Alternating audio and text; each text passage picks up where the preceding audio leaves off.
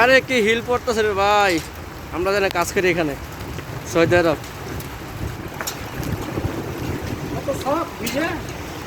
আগে বৃষ্টি নামাজ পড়ছি আমি, আপনার শখ কর না। আমি নামাজ পড়ানোর সময় বৃষ্টি নামছে, আমি বৃষ্টির মধ্যে নামাজ পড়ছি।